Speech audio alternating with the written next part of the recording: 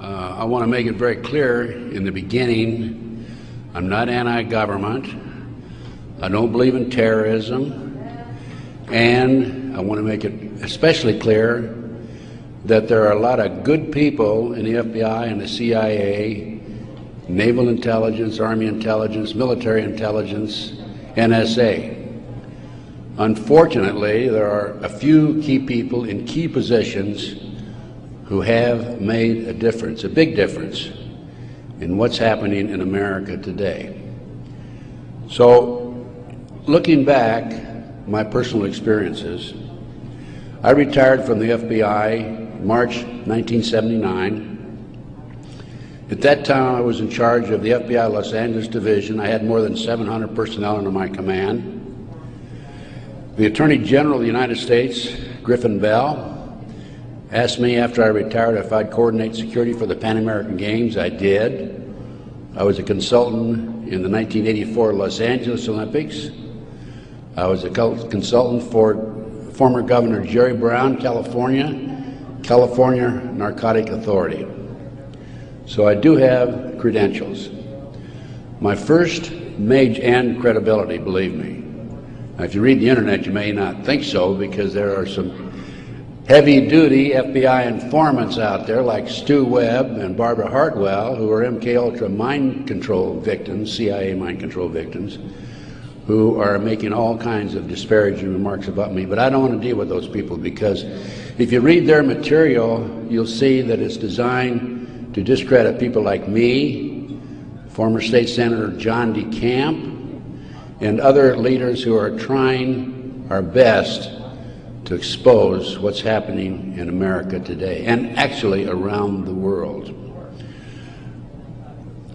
Let's go back to 1776, May the 1st. Adam Weishaupt was commissioned by the Rothschild family to set up the goals to control and take over the world with a one world government. Adam Weishaupt came up with 25 goals. Among these goals were control the press, corrupt the youth through sex and drugs, elect our own people meaning the Illuminati, to key positions in all levels of the government, city, county, state, and federal. And it goes on. The final goal was to take over the world, the one world government. Information is very well documented by William Guy Carr in his magazine, his book, Pawns in the Game. When I retired, I had no idea what was going on. I had no idea about the Illuminati. I had no idea about Adam Weishaupt. However, my first major investigation when I returned from Puerto Rico was a Dr. Jeffrey R. McDonald case. He's a former Green Beret doctor who was convicted of murdering his wife and 2 children at Fort Bragg, February 17, 1970. He'd been tried and convicted and sentenced to 3 consecutive life sentences. I was asked by the defense team to investigate the case because they claimed that Dr. McDonald was innocent. I said I would, but if I learned that he murdered his wife and 2 children, I would discontinue my investigation, no longer become involved. I want you to know I'm still working for Dr. McDonald. He is an innocent man. Now, once I became involved in the case, I had to read everything, and I learned that evidence was lost, evidence was stolen, evidence was altered. An FBI agent, Paul Stombaugh, lied before the grand jury. And most important of all, Colette, the wife, had skin where she had fought off the assailants under her fingernails. That skin was handed over to William F. Ivory, the chief investigator for the Army, and it has disappeared. 10 months into the case, October 25, 1980, I through a series of circumstances, I don't have time to go into the details now, obtained a signed confession from one Helena Stokely. I had 3 sessions with her, 10 days each, total of 30 days. Helena told me that Dr. McDonald did not commit those crimes, that they were committed by her satanic cult group. And I said to myself, what's this all about? I don't know anything about Satanism. I read about it in the Bible, of course, and that's about it. But as I delved into the case, I learned that drugs from Southeast Asia were being flown into the United States to various military bases in plastic bags in the bodies of the dead GIs. I further learned from Helena that her satanic cult group was involved in distributing these drugs up and down the East Coast. They were mad at Dr. McDonald because he was abusive to the cult members and the GIs who went to the civilian hospital where he was moonlighting for relief of some sort. So they went in and attacked him that night. There were a total of 7 involved in the crime. She named them all for me. Right now, today, I know where some of them are located. But to further check and document this, I went to the UCLA library, and I found out, in fact, in the Time magazine, January 1, 1973, there was an article about bringing drugs in plastic bags in the body cavities of dead GIs. There was no question in my mind Helena was telling the truth. I gave her a polygraph test, and she passed. I had her examined by a psychiatrist, and she passed. And as a matter of fact, the government themselves had given her a polygraph examination early in their investigation before I entered the case. And Byzantine, the Army polygraph operator, said that she thought that she was telling the truth. She thought she was there that night. Now, the most recent series of events in the McDonald case, now I'm telling you a little bit about the McDonald case because that's what woke me up as to what was going on. It was after that I started researching and went back and found out about the Illuminati. Illuminati/Satanism. It was after that I learned considerable more about what was going on. And the most recent information, Dr. McDonald, who's been in the penitentiary for some 25 or 26 years now, appeared before a parole board just 2 days ago, his first that he's ever appeared before a parole board. And the reason he had never appeared before is because, in his opinion, had he appeared before, it would be an admission of guilt. In this particular instance, he still claimed he was innocent, but he did appear before the board because he's a newlywed individual with a woman named Kathy. And of course, if you read the papers in the last 2 days, his parole was turned down, and the parole board made him eligible for another hearing in 15 years. This poor man not only lost his wife and 2 children, he has served 25 years in the penitentiary and another 15 years to go. He's 61 years old. I am still working the case. What are the latest developments on the case? In 1997, the judge, federal judge, agreed to do DNA tests. And they chose 15 individual pieces of evidence to be examined. However, the judge said that when you open the evidence envelopes, only the prosecutor can be present. Well, they opened the evidence envelopes. The prosecutor did. How many do you think were empty? 5. 5 evidence envelopes were empty. The skin under Colette's fingernails would have established Dr. McDonald's innocence alone. Now we have DNA authorized in 1997. Here we are in 2005. They still have not completed the DNA test. From the McDonald case, the next case I worked of a major consequence was the McMartin preschool case in Manhattan Beach, California. The children there claimed There were tunnels under the school.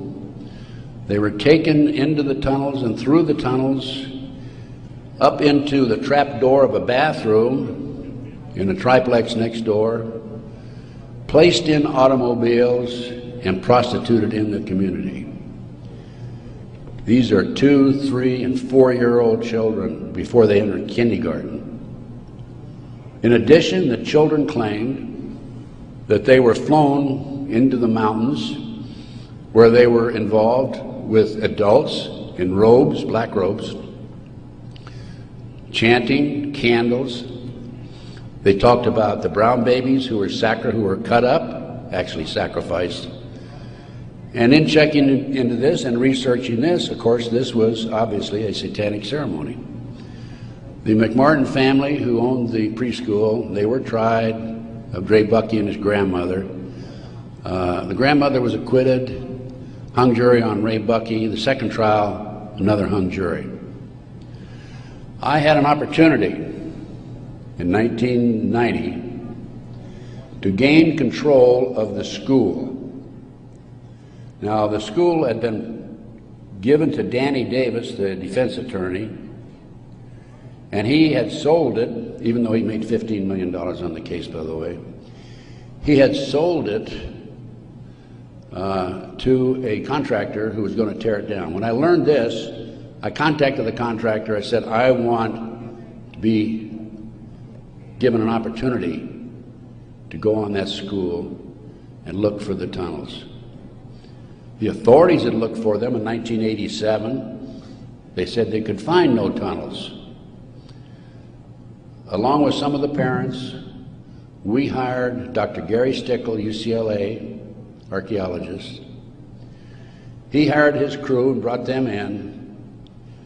And in 34 days, Dr. Stickle said there had been tunnels under that school. They were covered up, and they were covered in.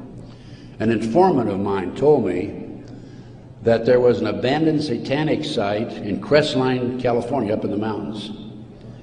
I went up into the mountains and obtained photographs, of the site. I have a lecture that I give where these pictures are available. It's called Gunderson Chronicles number 2. It's a 4-hour lecture that I gave in Kansas City a number of years ago, which shows this abandoned site and also pictures from the McMartin Tunnel school dig. From there, I became involved in another case, very frightening case, because I established, with the help of people like John DeCamp, former state senator in Nebraska, that we have in this country today a covert military criminal enterprise, government enterprise, primarily by U.S. military intelligence, that is operating full throttle, and everybody refuses to investigate it. In the Nebraska case, it's called the Franklin Cover-Up. This is the book here that John DeCamp wrote, by the way. It's all documented in there. And in that particular instance, they were taking children out of foster homes, orphanages,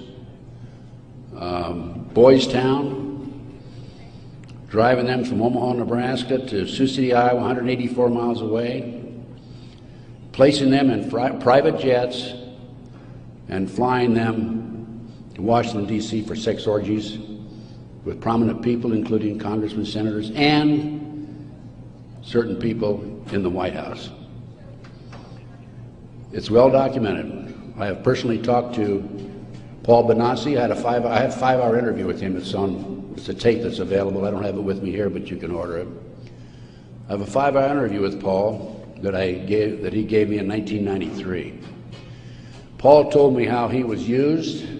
He was part of the kidnapping crew and was used as a decoy when he was 10, 11, 12 years old in parks, shopping malls, to attract the children over near where the adults were in a car waiting for them. They throw them in the back seat, chloroform them, and make off with them. Paul also told me that these children Many of them become sex slaves.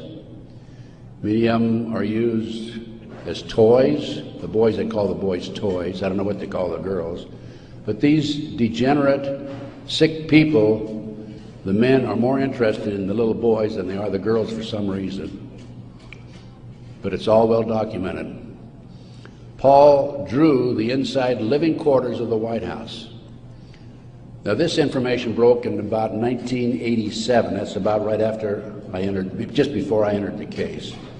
I replaced a fellow named Gary Caradori, who was the investigator for a Nebraska Senate committee. Gary met the official photographer of the group, who had split from the group, defected, and agreed to take the pictures that this official photographer gave him, and they met in Chicago, agreed to take the pictures back to the committee. He flew out of Chicago in his private plane, a short distance out of Chicago. The plane exploded in midair, and his briefcase has never been found. He and his 11-year-old boy died. His briefcase has never been found.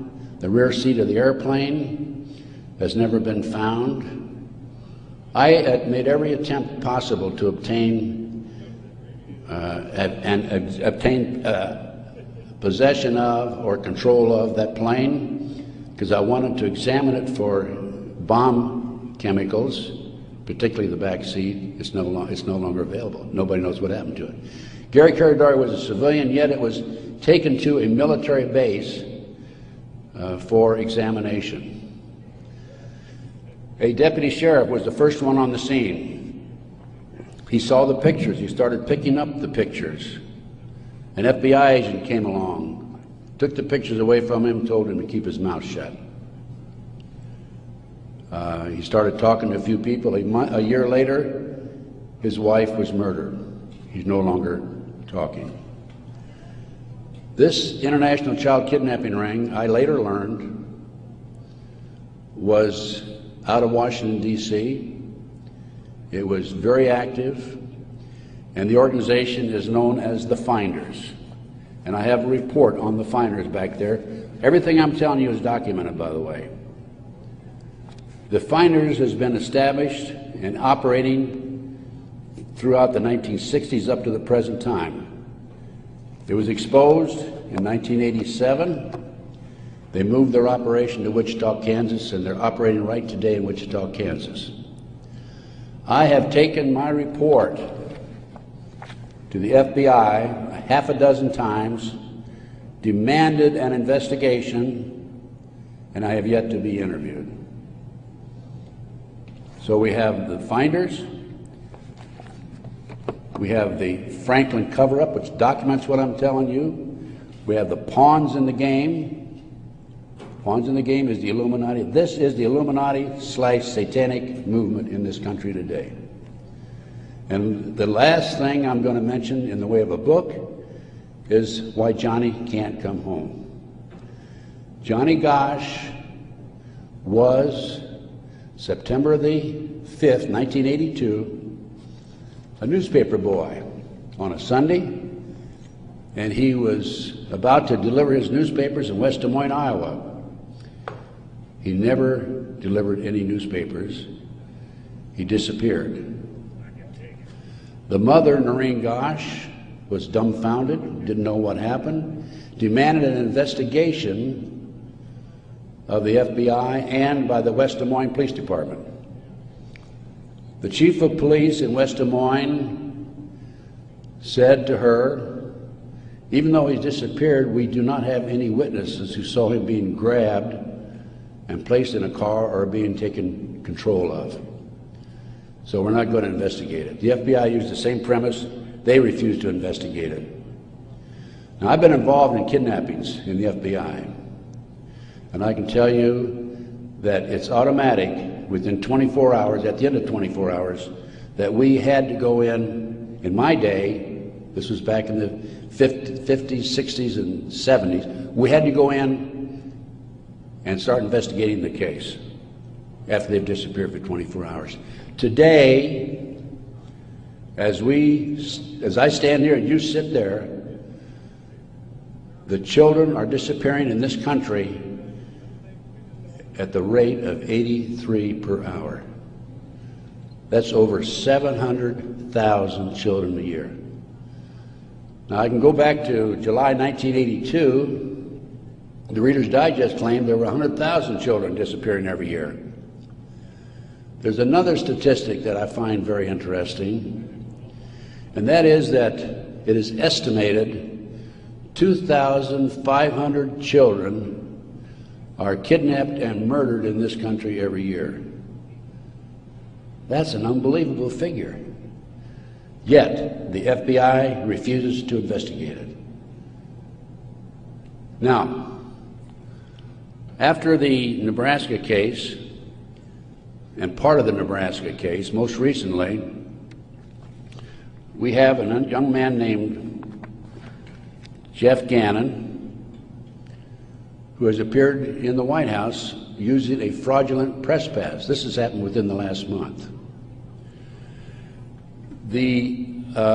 Certain people in the White House were questioning him and were suspicious of him because when he would engage in a press conference with the president, President Bush, he was asking what they called soft questions.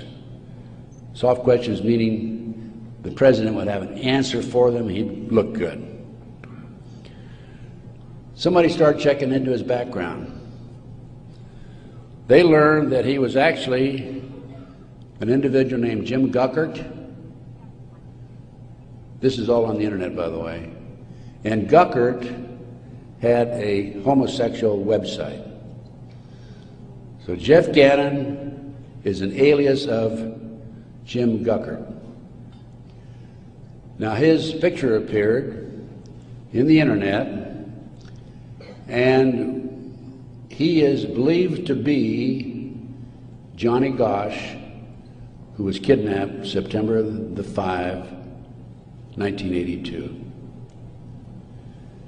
The mother, Noreen Gosch, who wrote this book, Why Johnny Can't Come Home, I have a 2-hour interview with her on video, available again if you want to check my order blank. She did not sit still for this. Can you imagine if the 83 mothers of children who disappear every hour would do what Noreen Gosch has done? We wouldn't have this problem today. She went to the FBI, demanded an investigation. They refused to investigate. The police refused to investigate because the case tied into the Franklin cover-up. Some of our top politicians in the country, leading businessmen, Harold Anderson was identified by the children, past publisher of the Omaha World Herald. The head of the Nebraska Forestry Service was identified by these children. There 80 children came forward in this Nebraska case. And it goes, as I said, right up to the White House. In 1987, according to Paul Benassi, he was furnishing toys, or little boys, young boys, to the sick people, certain sick individuals, in the White House itself. I have the names of some of these people. No need to mention it here. Some of them are mentioned in the Franklin cover-up. But it does appear that Jeff Gannon is, in fact, Johnny Gosch. Noreen Gosch, the mother, has looked at the pictures. She believes it's Johnny Gosch because he has a scar on his right cheek about the size of a nickel. It's white. Gannon has a scar there also. Little Johnny Gosch had a birthmark on his left chest about 8 inches long. From looking at pictures of Jeff Gannon on the internet, it appears that he had a birthmark at one time, and there's been an attempt to erase it. I personally talked to one of the youngsters who was involved in this network. I've talked to several of them. And he assures me that Jeff Gannon is, in fact, Johnny Gosch. Well, how did Johnny Gosch get from West Des Moines, Iowa, 12 years old, all the way with a phony press pass into the White House as of a few weeks ago? Well, what happened to Johnny is that he was transported from West Des Moines, Iowa to Sioux City. He was placed on a farm for 3 weeks, sexually molested. He was taken to the mountains in Colorado, placed in a cage in a house of some sort, or a cabin, and then later he was used as a sex slave. They didn't kill him, they didn't sacrifice him, although a number of these kids are sacrificed in satanic ceremonies. Now, he escaped with another young man. They stole a car, and in 1997, Johnny knocked on his mother's door at 2:30 in the morning, Noreen Gosh, and said he wanted to talk to her. He was there with another young boy. He came in, he told Noreen, he says, "Mother, I was kidnapped. I've been placed in a covert military CIA-controlled, mind-controlled project and used as a sex slave." He said, "I can't come forward at this time because they will kill me." And then he left. Noreen says that's the last time she talked to him, 1997. Now, several years after that, a girl named Burns, who was a producer for 2020, decided to do a story on the Johnny Gosch kidnapping and the Nebraska case.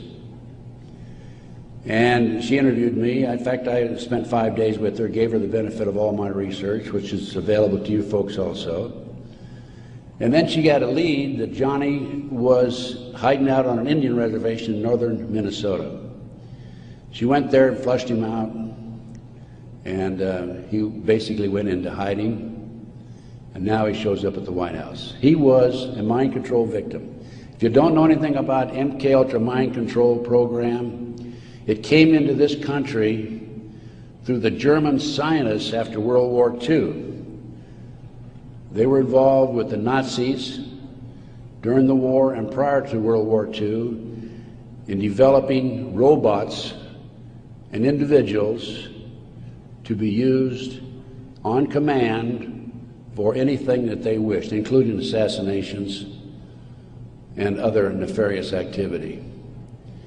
The MKUltra program, CIA mind control program, was investigated by Congress in 1987. Congress said, CIA, you got to quit doing that. You're bad boys. And they said, we will quit. Don't kid yourself. It's very active today. There are people like Barbara Hartwell out there who are mind control victims. She's another one who's been bashing me. I must be doing a pretty good job because I wouldn't have these people criticizing me on the internet like they do. And of course, it doesn't bother me in the least. But going back to the Nebraska case and MKUltra, a lot of this training took place at Offutt Air Force Base in Omaha, Nebraska, which was Strategic Air Command headquarters.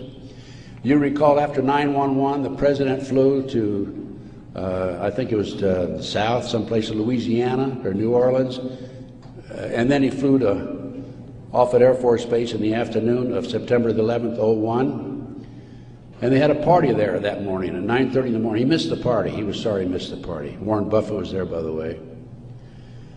And the MKUltra program has been very actively administered, not only at Offutt Air Force Base, at Fort Bragg, North Carolina, the place where Dr. McDonald's family was slaughtered in 1970. Now, the Nebraska case, I don't want to leave that without telling you that in the early 1990s, Yorkshire TV came to the United States with a camera crew for 7 months to do a documentary on it. They went back to England, produced the documentary, and they brought it over into the United States. It was listed in the TV guide to be aired on May the 3rd, 1994.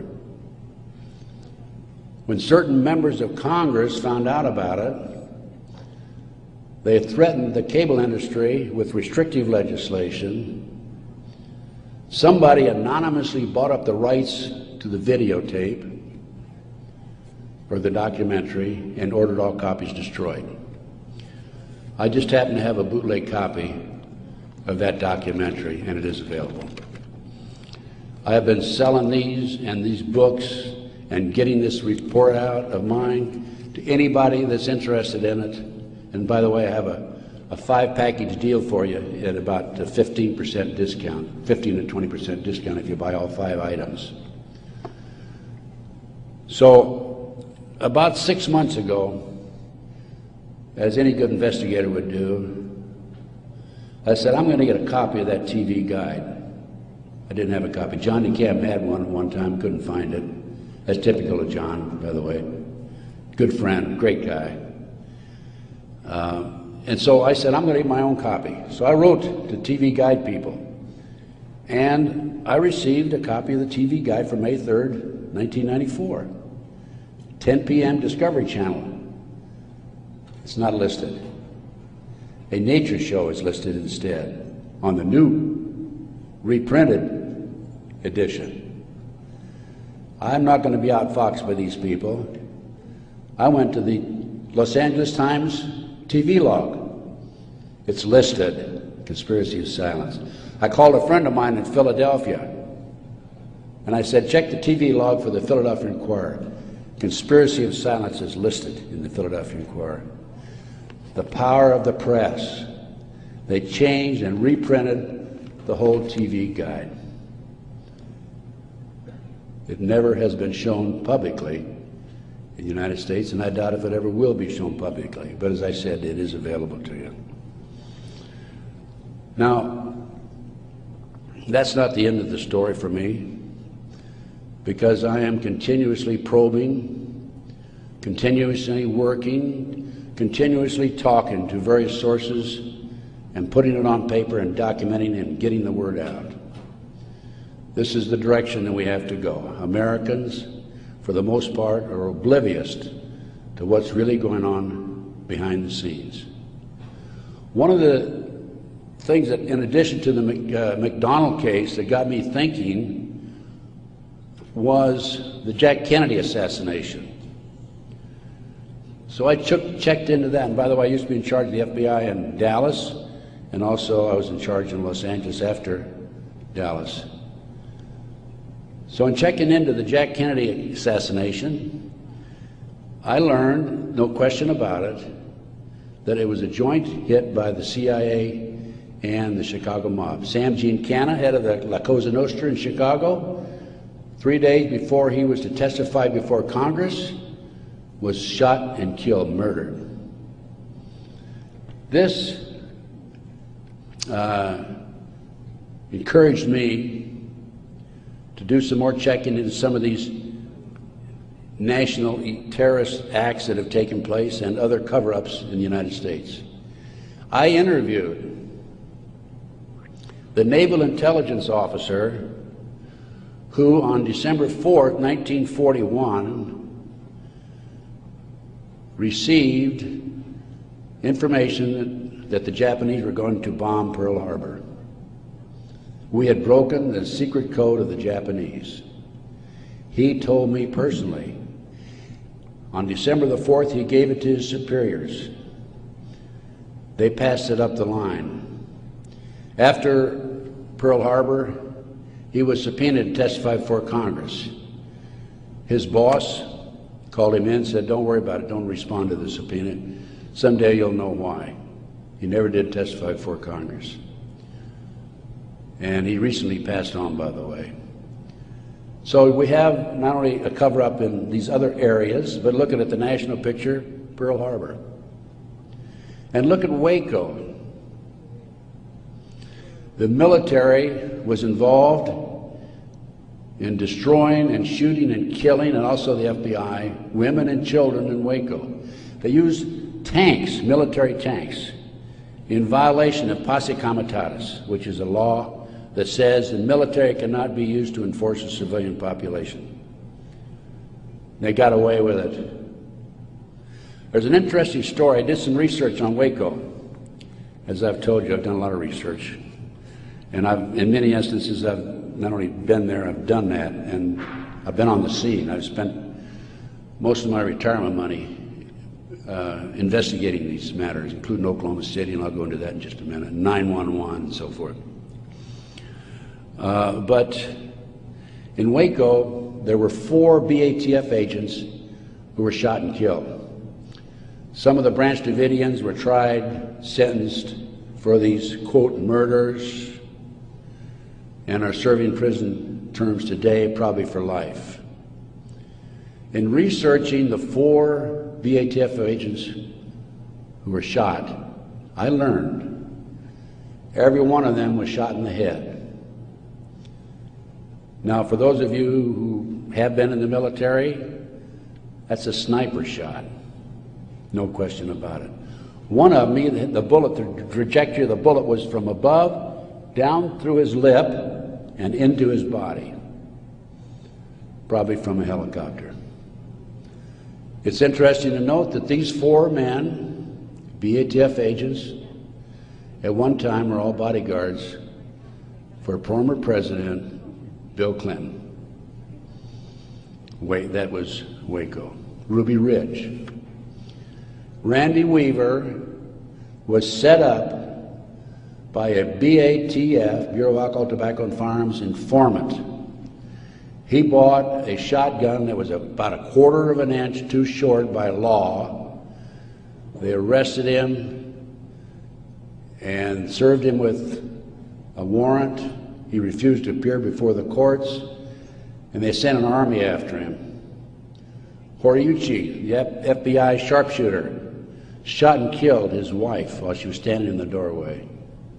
He used to brag about what a great shot he was. Another instance where they tried to railroad a good, loyal American who fell in a trap. And then we have the 1993, continue with the great conspiracy. I call this a great conspiracy, and that's what it is. Car bombing of the World Trade Center. I have a copy of the New York Times, October 28, 1993, and in the article, this was reporting from the trial that took place, an FBI informant named Salam, who was in among the terrorists, testified that he was commissioned by the terrorists to put the bomb together, the car bomb together, to bomb the World Trade Center in February 1993. And fortunately for him, when he met with the terrorists, he wore a body mic, so he could record every word that was said. Unknown to the FBI, when he met with the FBI, he also wore a body mic. That was probably what kept him from being set up and framed and sent to prison. This is actually in this newspaper article. He went to his FBI superiors, says, "I've been commissioned to put the bomb together.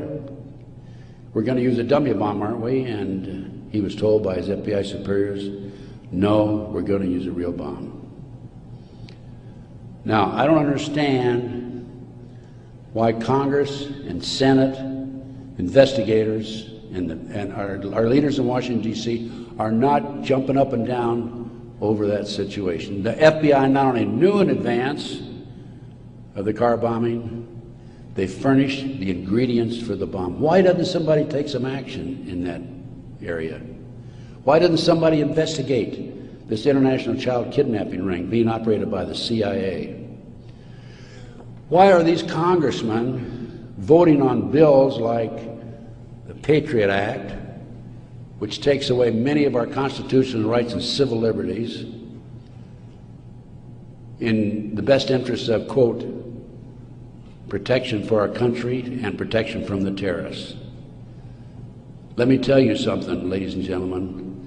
There are people in our government, a rogue outfit, whatever, I'm not sure, who are actually behind these terrorist acts.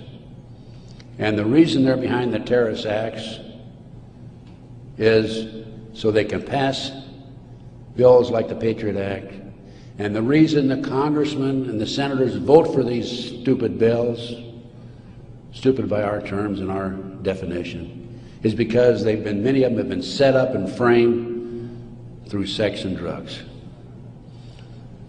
So then we have Oklahoma City, 1995. I personally made 2 trips to Oklahoma City. I investigated Oklahoma City.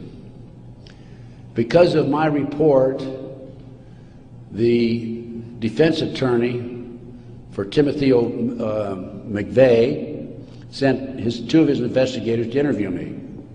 I spent 4 hours with them.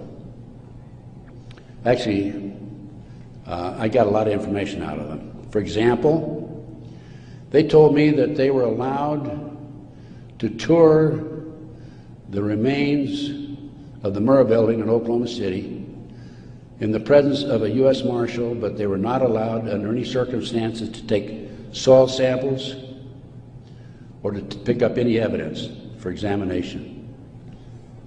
Stephen Jones was their attorney. I heard that they were going to tear down the building. Now, you can trace bombs through what they call the taggants, the chemicals. When I heard this, I called John DeCamp. I said, John, we've got to prevent that building from coming down. And I actually called an outfit in Chicago, the Pat Kennedy Group, who were specialists in examining evidence of this type. And John called McVeigh's attorney, Jones, and because John had a client he was representing who was involved in the case, Jones said, I'll handle the paper, we'll have a hearing, we will prevent that building from coming down. The next thing we heard, the building was coming down. John called Jones, what's going on? And he had no good answer for it. That was evidence. I've been at many a crime scene. It is critical that the evidence be preserved. That was a huge cover-up. McVeigh wrote a letter to his sister.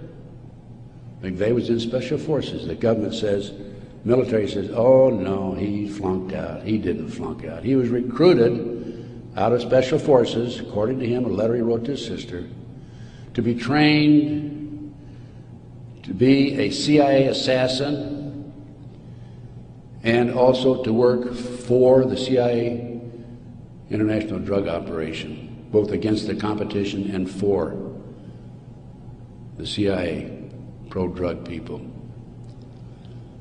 McVeigh was, in my opinion, an MK-Ultra mind control victim. He was visited in prison in Oklahoma and in Colorado by Dr. Jolly West. This was secret, by the way. I happened to find out because I made some phone calls to the right people. Jolly West was one of the foremost leaders, along with Sidney Gottlieb, in the CIA's MK-Ultra mind control operation.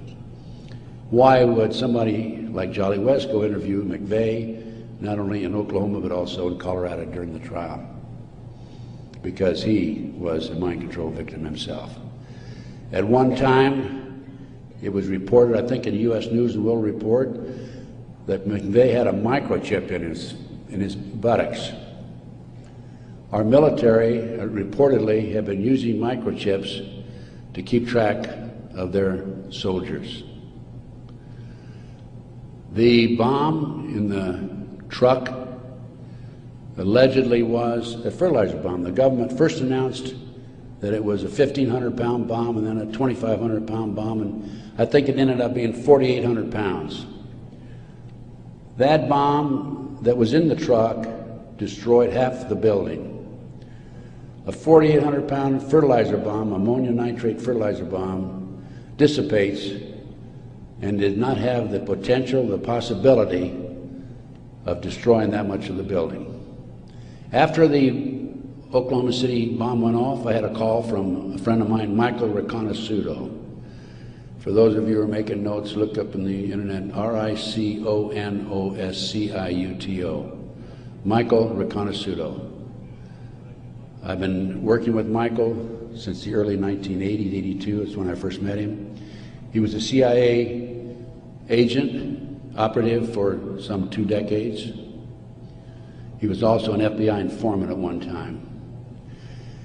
His father owned the Hercules Manufacturing in Silicon Valley, California. Hercules Manufacturing developed what is known as the electro-hydrodynamic gaseous fuel device, which is a highly classified bomb. The bomb was actually manufactured by Dyna Nobel out of Salt Lake City. Now, Michael, in the meantime, is in jail now, right today. In fact, I talked to him yesterday because he started to talk before the Brooks Committee about a very interesting case involving the Promise software. The Promise software was in a computer operation that developed all kinds of intelligence information on you and I and every citizen in America. The Department of Justice leased it for 2 years. At the end of 2 years, they refused to pay Bill and Nancy Hamilton the $10 million they owed them.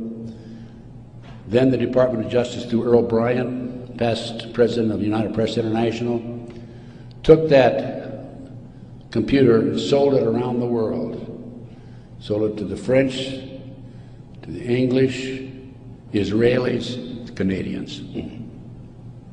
Unknown to these foreign countries, the officials in these foreign countries, there was a trap door in the computer. Very clever, huh? A trap door secretly allowed us, the U.S. government, to retrieve all the information they developed. Michael Reconnaissance was the CIA agent who developed the trap door in the Promise software computer. And when Congress started to investigate it in the late 1980s, they called on Michael, and we want you to testify. Michael received a threatening phone call 2 weeks before he was to testify. He claimed from a fellow named Vietnix, Peter Vietnix, U.S. Department of Justice, if you testify, you'll be sorry. Michael testified anyway. A few weeks later, was arrested for drugs, is now serving a 30-year prison sentence because he dared to expose these nefarious activities by this rogue criminal enterprise operating within the confines of the U.S. government. I got off a little on, I gave you a little background on Michael. Going back to Oklahoma City now, I want you to understand who Michael is. He's not some guy walking down the street with a grocery basket looking for a recycling center, okay? He has credibility. Now, Michael called me right after the Oklahoma City bomb went off, and he said, Ted, he called from prison, by the way, that's my bomb, meaning that Hercules developed it. That was not an ammonium nitrate bomb. Now, when that bomb was tested in 1982, I happened to be with a group of intelligence agents in Palm Springs waiting for the results of that test. It was tested in Area 51. It was underestimated because the power, it was so powerful that 2 of the technicians died. They underestimated the strength of it. This, I'll call it a barometric bomb. This barometric bomb, according to Michael, was what was in the car, not a fertilizer bomb. I have an Oklahoma City report on that. So what did I do as an investigator? Well, I went to the Pickaninny Arsenal in New Jersey, and I gave him the contract number, which I obtained through a science magazine. One of my associates actually did the research on that. And I gave the Picatinny Arsenal the contract number. This is public, available to the public, by the way. And the Picatinny Arsenal came back and said there's no such contract here, even though I had the contract number. By the way, that's documented in my report.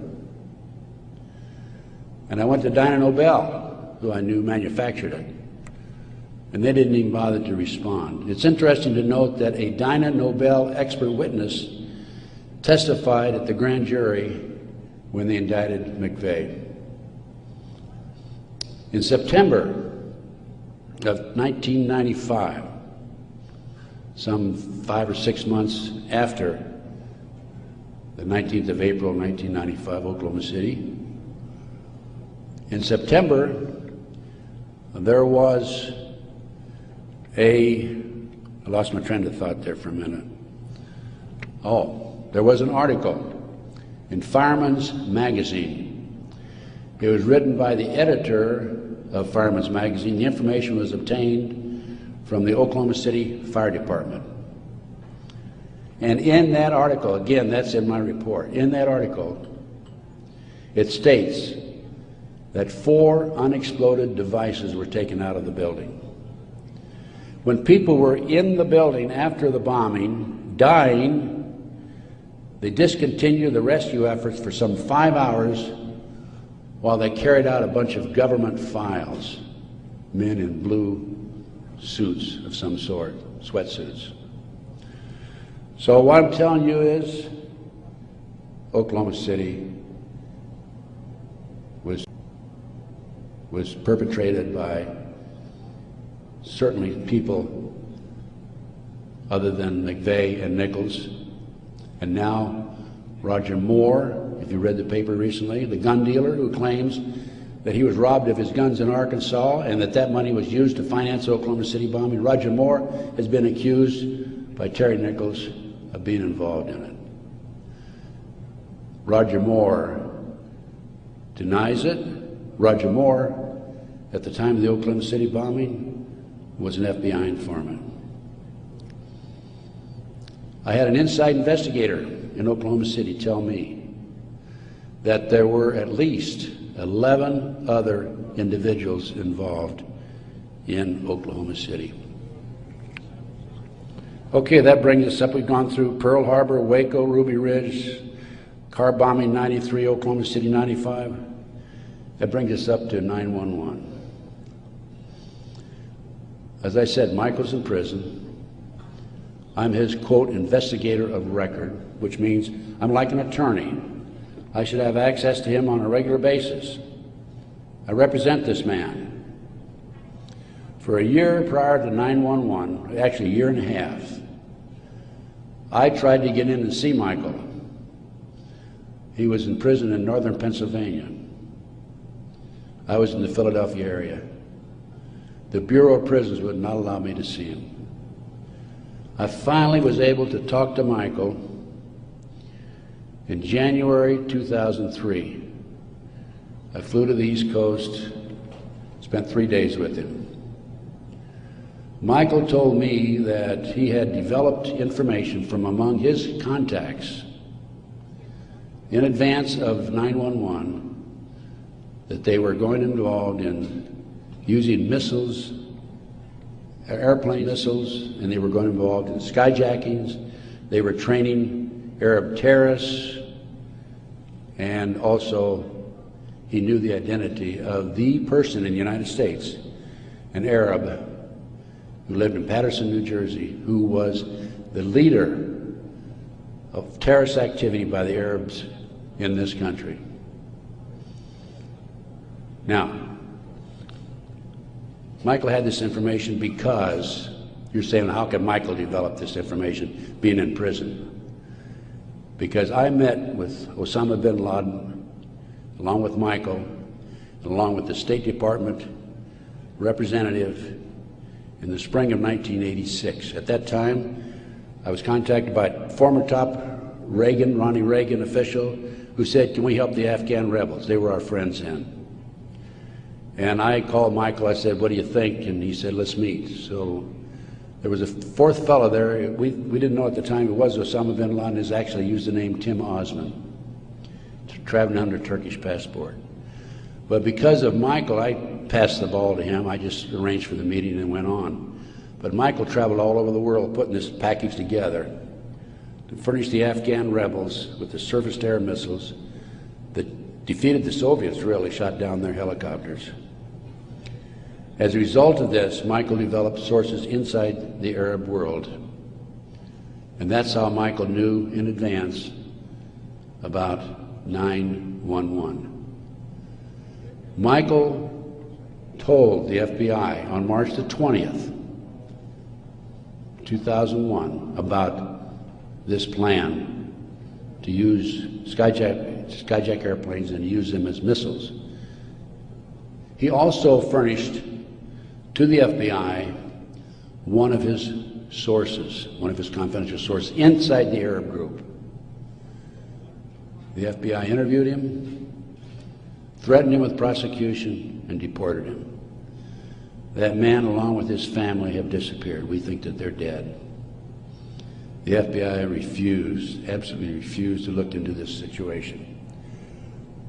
More shocking is that Michael had the names of the people who were obtaining the false names of the people, the Arabs who were obtaining false passports. Had their names. He had the source who could furnish him that information. He told FBI agent Keith Kutry, March 20th, 2001, excuse me. He told Kutry, he says, I'll give you these names, the name of this person who is coordinating the whole project for the Arabs, providing I be given immunity and he be given immunity. Mr. Kutry, in spite of the fact he was armed with this information 6 months prior to 9/11, came back 2 days after 9/11 on the 13th and saw Michael in prison again. He accused Michael of being anti-government, anti-FBI, being a publicity seeker, and so forth, being disloyal. And so Michael, of course, didn't have much to say after that. Michael's still in prison, as I said. But we had this information, the FBI had this information, did nothing with it. Kutry admitted on September the 13th, admitted that the FBI did nothing with it. So after I visited Michael, excuse me, 2003, I felt it was important that I confirm that the FBI did meet with him. The Bureau of Prisons would not furnish Michael with the visitors list to confirm it. And so I started writing letters to the FBI through Senator George Allen. Oh, thank you. Thank you. And to confirm that he did in fact meet with them, I wanted to document it. I also asked for the identity of the other agent who was with Agent Kutry. And I had a terrible time. It took me a year and a half writing letters to the FBI to get them to admit that they'd interviewed Michael on March the 20th, 2001. I finally did have that information.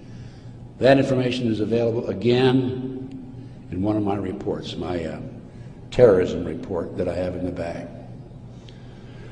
So that basically brings me up to the present time. I think my time is up. But I feel compelled, as a former FBI agent, I had all this training, and I feel compelled to do everything I can to educate as many fellow Americans as I can as to what's going on behind the scenes. We have been operated and orchestrated primarily by U.S. military intelligence, covert criminal enterprise involving the FBI and the CIA, active in this country today. It's being covered up right from the beginning. They're using FBI informants to set up and frame people. By the way, they tried to frame me on a drug deal back in 1984. It didn't work. The girl that they used to try to frame me contacted me, said, I need to meet with you. We met, she told me the whole story. I took a signed statement from her. Her name is Pam Fawcett. And I said to Pam, Pam, you're working for these people, the DEA and the FBI, and Modesto, by the way. She was making phone calls to me. I said, you're working with the people trying to set me up. Why have you, and of course, in the phone calls, she kept saying, trying to get me to make admissions that had knowledge of a felony, and I wouldn't. I said, I don't have any knowledge of that. Or was involved in a felony, actually. I said, Pam, look, you were working with these people for 6 months. They gave you $2,000. You had the run of the FBI office. You had your own coffee cup. Why did you come to me and tell me this now? And I'd helped her, give her a little advice about her 14-year-old son in the interim, you know, talking back and forth as any individual would do who might be able to help. And she said, Ted, I woke up the other morning and I realized you're the only honest son of a bitch I've talked to in 6 months. Those were her exact words. The FBI not only tried to set me up on a drug deal, I've also been the victim of 4 separate investigations. They tried to set me up on a fraud case in Dallas. And most recently, very frankly, I've been under surveillance, heavy surveillance. I've had illegal entries into my car, into my apartment. There's been attempts to gas me within the last month. And I was able to anticipate it and avoid it. But they don't want people like me out telling the truth. And that's what I'm doing. And I will not stop. I will continue to do so in the future. So that's basically it. I brought you from 1776 to the present time. We went through one conspiracy after another. Brian Gimble was interviewing Jim Nichols, Terry Nichols' brother, on national TV after the Oklahoma City bombing, by the way. And I had given Jim Nichols my Oklahoma City bombing report. And Jim said to Brian Gumble, he says, have you read Ted Gunderson's Oklahoma City report? And Gumble says, oh, Ted Gunderson's a conspiracy theorist. I want you to know I'm not a conspiracy theorist. I'm a conspiracy realist. It is there. All you have to do is get your own website, get your own internet, go out. There's a lot of disinformation out there, but you can pick out what's really solid and what's really truthful. And I have 25 years of research on that back table back there. And if you buy any of my reports or this videotape or any of my material, I want you to make a promise that you will make copies and distribute it far and wide. We need to wake up America. Right now, let me emphasize again, I'm not anti-American. I don't believe in violence. I believe in change through legal means. But we need to wake up an apathetic, sleeping society that is active in America today. And this not only ties into MK Ultra, CIA, it ties into Satanism. There are approximately 4 million practicing Satanists in America today involved in the Nebraska case. And I can go on about satanic cults for another hour, but I think my time is almost up. I might mention that, speaking of Satanism, there are between 50 and 60,000 human sacrifices, according to 3 different sources, in this country every year. The satanic cults operate secretly. The satanic cults are, along with our covert criminal enterprise within the government, a serious threat to our society. And I thank you very much.